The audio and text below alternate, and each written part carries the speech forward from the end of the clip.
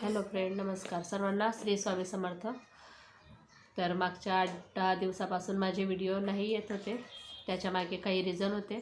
तर ते मी आज तुमच्यासोबत शेअर करणार आहे. आणि व्हिडिओ का नाही टाकत होती ते पण मी डिटेल सांगणार आहे. आणि मागच्या आठवड्यात मी काय काय कामं केले ते पण तुमच्यासोबत शेअर करणार आहे. तर गुरुचरित्राचं पारायण करायचं होतं मला. तर मी थोडंसं म्हणजे विचार केलेलाच होता का गुरुचरित्राचं पारायण करायचं आहे. आणि गुरुचरित्राच्या पारायणासाठी म्हणजे थोडा जास्त वेळ द्यावा लागतो, कारण वाचनाला वेळ जातो, परत पूजा वगैरे, त्याच्यानंतर मुलांचं स्कूल वगैरे, त्याच्यामुळे मला व्हिडिओ करायला वेळच मिळत नव्हता. तर मी पारायणाचा व्हिडिओ नाही बनवला आहे. थोडेसे 1-2 शॉर्ट्स असतील, पण ते पण मला शेअर करायला नाही जमले. तर मी गुरुचरित्राचं पारायण कशा पद्धतीने केलं आणि किती दिवसात पूर्ण केलं ते सर्व तुमच्यासोबत शेअर करणार आहे. गुरुचरित्राचं पारायण करणं म्हणजे खूप चांगलं असते. ज्या काही आपल्या मनातल्या इच्छा असतात त्या पूर्ण होतात. आणि भरपूर लोकांना गुरुचरित्र पारायणाचे भरपूर फायदे आहेत.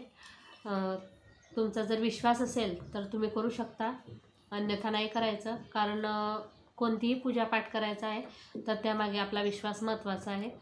कारण जर आपण कितीही चांगलं कार्य केलं किंवा कितीही चांगलं उपवास वगैरे व्रत केलं किंवा कोणतीही पूजा वगैरे पारायण केलं आणि त्यात आपला विश्वासच नाही आहे, तर ते सर्व व्यर्थ ठरतं.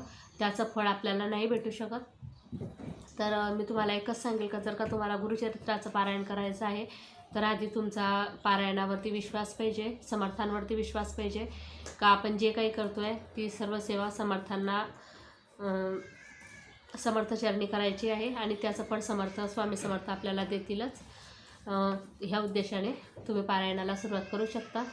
तर गुरुचरित्र पारायणाला सुरुवात तुम्ही कोणत्याही दिवशी आणि केव्हाही करू शकता.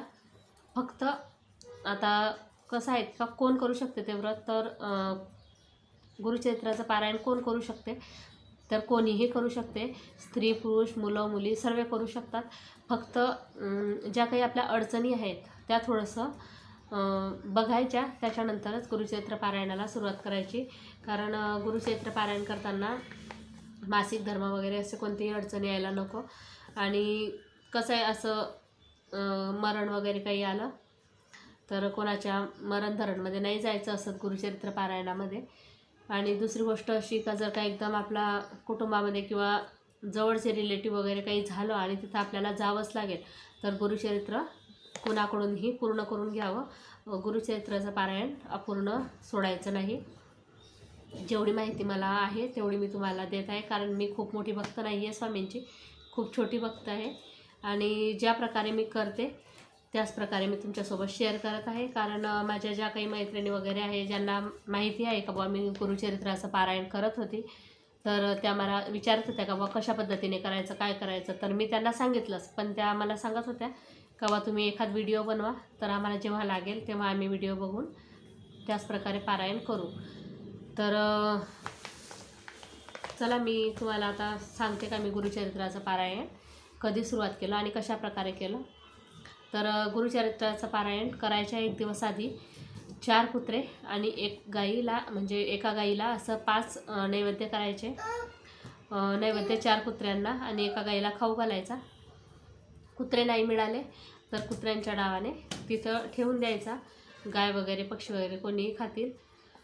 आणि गाई तर असतातच, आणि काही ठिकाणी गाई नसतील तरी गाईच्या नावाने पण तो नैवेद्य तिथं ठेवून द्यायचा. कोणतेही पक्षी वगैरे तो नैवेद्य खाऊन घेतील.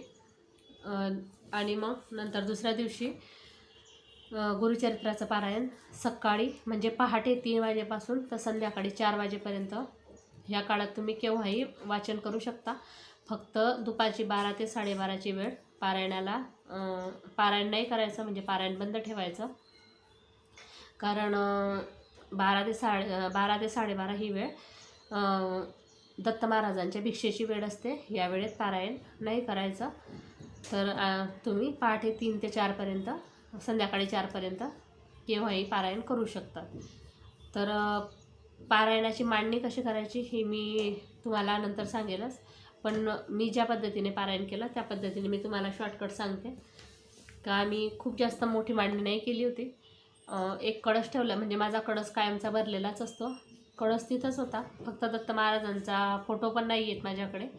कारण मी इथं गुजरातमध्ये राहते आणि इथं स्वामी समर्थांचा फोटो नाही मिळाला मला. तर माझ्याकडे दत्त महाराजांचा छोटंसं पुस्तक आहे आणि त्याच्यावरती दत्त महाराजांचा फोटो आहे. तर तोच फोटो मी पूजेसाठी ठेवते. खूप वेळेस मी विचार करते का गावाला गेल्यानंतर मी स्वामी समर्थांचा फोटो आणेल, पण काही कारणांमुळे मला विसर पडतो आणि माझं आणणं नाही होत. पण आता नेक्स्ट टाईम मी जाईल तर नक्की आठवणीने महाराजांचा फोटो मला आणायचा आहे आणि मूर्ती पण घ्यायची आहे. इथं मूर्ती पण मी खूप शोधली, पण मला महाराजांची मूर्ती पण नाही भेटलेली आहे.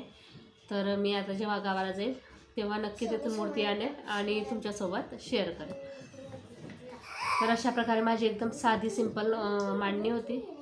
पण जो गुरुचरित्राचा ग्रंथ आहे तो कधी उघडा नाही ठेवायचा. तो ग्रंथ झाकून ठेवायचा. आपलं वाचन झाल्यानंतर त्याला कापडाने तिथल्या तिथं झाकून ठेवायचा. एक जागेवरती एका आसनावरती बसून 7 दिवस गुरुचरित्राचं वाचन करायचं. वाचन करण्याच्या आधी एक माळ स्वामी समर्थ जप, एक माळ गायत्री मंत्र आणि गुरुचरित्र ग्रंथातच अथर्वशीर्ष दिलेलं आहे, गणपती अथर्वशीर्ष, ते वाचून घ्यायचं आणि नंतर वाचनाला सुरुवात करायची, गुरुचरित्र वाचनाला सुरुवात करायची. तर अशा प्रकारे मी 7 दिवसाचं पारायण केलं. तर मी पारायण 14 जूनला सुरू केलं होतं. त्यात पण मला थोडीशी भीती वाटत होती, कारण मी ज्या अपार्टमेंटमध्ये राहते तिथं म्हणजे एक भैया होते, त्यांची तब्येत खूप सिरियस होती. आणि म्हणजे कसं की एकाच बिल्डिंगमध्ये राहिल्यानंतर कसं रिलेशन वगैरे चांगले आहेत आणि थोडी भीती वाटत होती का काही प्रॉब्लेम यायला नको, पारायण व्यवस्थित पार पडायला पाहिजे. कारण त्यांची तब्येत खूपच जास्त सिरियस होती. तब्येतीचं काही सांगता येत नव्हतं आणि भीती हेच होती का बा काही प्रॉब्लेम आला तर तिथं सगळे जातील ना, आपण नाही गेलं तर ते पण थोडं वेगळं वाटेल. कारण इथं सर्व लोकांना गुरुचरित्राचं पारायण वगैरे याचे नियम वगैरे सगळ्यांनाच माहिती नाही आहे. त्याच्यामुळे मला थोडंसं विचार येत होते. पण तरी मी एकच निवेदन करत होते समर्थांना, काही सर्व व्यवस्थित पार पडा, माझ्या पारायणामध्ये कोणत्याही प्रकारची अडचण यायला नको. तर 14 जूनला मी पारायणाला स्टार्ट केलं, म्हणजे सुरुवात केली. आणि 21 जून म्हणजे बरोबर वटसावित्री पौर्णिमेच्या दिवशी पारायणाची सांगता केली सकाळी 10:30 वाजेला. तो दिवस पण खूप चांगला होता, कारण वटसावित्री पौर्णिमेचा दिवस होता आणि त्या दिवशी माझं पारायणाला बरोबर 8वा दिवस होता आणि 8व्या दिवशी पारायणाची सांगता करतात. त्याचप्रमाणे मी पण 20 जूनला माझं पारायण वाचून कंप्लीट झालं आणि 28 जूनला मी सांगता केली.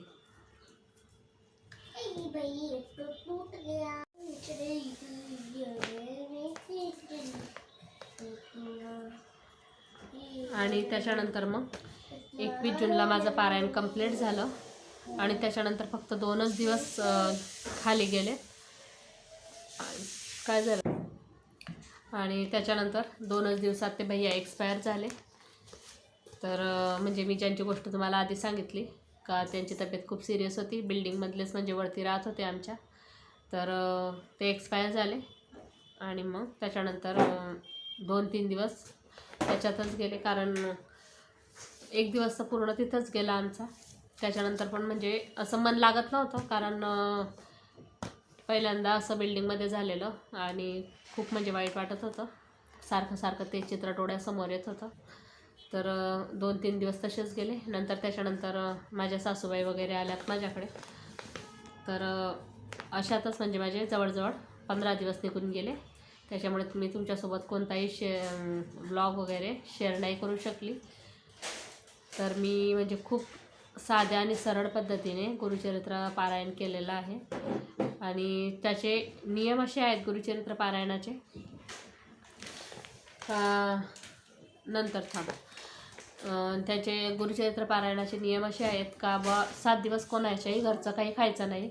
फक्त आपल्या आई बहिणीच्या हातची किंवा आपल्या सासरचं जे व्यक्ती आहेत त्यांच्या हाताचं आपण खाऊ शकतो. बाहेरचं इतर कोणाच्याही हाताचं खायचं नाही. लसूण कांदा हे थोडंसं पाळायचं.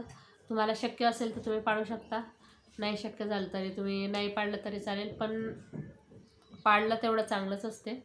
तर थोडेसे नियम पाळायचे असतात गुरुचरित्र पारायणाचे. गुरुचरित्र पारायण करताना ब्रह्मचर्य पाळायचं असते आणि आपल्या घरात म्हणजे थोडं पॉझिटिव्ह वातावरण ठेवायचं. कोणत्याही प्रकारचं भांडण तंटा असं व्हायला नको. त्याच्यानंतर आपण जो काही स्वयंपाक वगैरे बनवतो, जे जेवण बनवतो त्याचा नैवेद्य दाखवायचा महाराजांना सकाळ संध्याकाळ दोघं टाईम. आणि नाही असलं म्हणजे भाजीपोळीचा नैवेद्य नाही दाखवता आला किंवा एखाद वेळेस बनवलं आणि लगेच मुलांनी खाऊन टाकलं तर तसं पण आपण नाही दाखवू शकत. तर खडी साखरेचा प्रसाद वगैरे पण आपण महाराजांना नैवेद्याला दाखवू शकतो. आणि तोच नैवेद्य आपण न खाल्ला तरी चालतो, कारण काही ठिकाणी वेळेवर गाई वगैरे नाही मिळत तर तो नैवेद्य तसाच पडून राहतो. तर त्यापेक्षा महाराजांचा प्रसाद म्हणून तो नैवेद्य आपण न खाल्ला तरी चालतो. तर अशा प्रकारे म्हणजे मी गुरुचरित्र ग्रंथाचं पारायण केलं. आणि खरंच सांगते, ते पारायण करताना खूप अशी मला भीती वाटत होती का कोणत्याही प्रकारची काही अडचण यायला नको, पण समर्थांनी व्यवस्थित पार पाडून घेतलं. गुरुचरित्राचं पारायण म्हणजे माझ्याकडून त्यांनी करून घेतलं, हे खूप मला विशेष वाटते. आणि हे पारायण मी आता फर्स्ट टाईम नाही, याच्या आधी पण मी केलेलं आहे. आणि त्याचे मला म्हणजे काय काय फायदे झाले आहे किंवा म्हणजे कोणत्या इच्छेवर मी ते पारायण केलं होतं आणि कोणकोणती माझी इच्छा पूर्ण झाली ते पण मी तुमच्यासोबत शेअर करेन. गुरुचरित्राचं पारायण म्हणजे की मी सांगेल का म्हणजे खरंच खूप म्हणजे विश्वास ठेवायचा. आणि जो विश्वास असला आपला तर आपला जे काही आपली इच्छा असली ते पूर्ण होते. फक्त विश्वासाने ते पारायण करायचं. तर अशा प्रकारे मी गुरुचरित्राचं पारायण केलेलं आहे. आणि कोणत्या दिवशी किती अध्याय वाचायचे आणि अजून काही राहिलं असेल म्हणजे तुम्हाला काही जानकारी माझ्याकडून ऐकायची असेल, माहिती पाहिजे असेल तर तुम्ही मला कमेंटमध्ये सांगा. मी तुम्हाला परत नेक्स्ट व्हिडिओमध्ये ते सांगण्याचा प्रयत्न करीन किंवा कमेंटच्या माध्यमातून उत्तर देण्याचा प्रयत्न करीन. तर चला आता व्हिडिओचा एंड करते. सर्वांना श्री स्वामी समर्थ. व्हिडिओ आवडला तर लाईक करा, शेअर करा, कमेंट करा आणि सबस्क्राईब करा. श्री स्वामी समर्थ.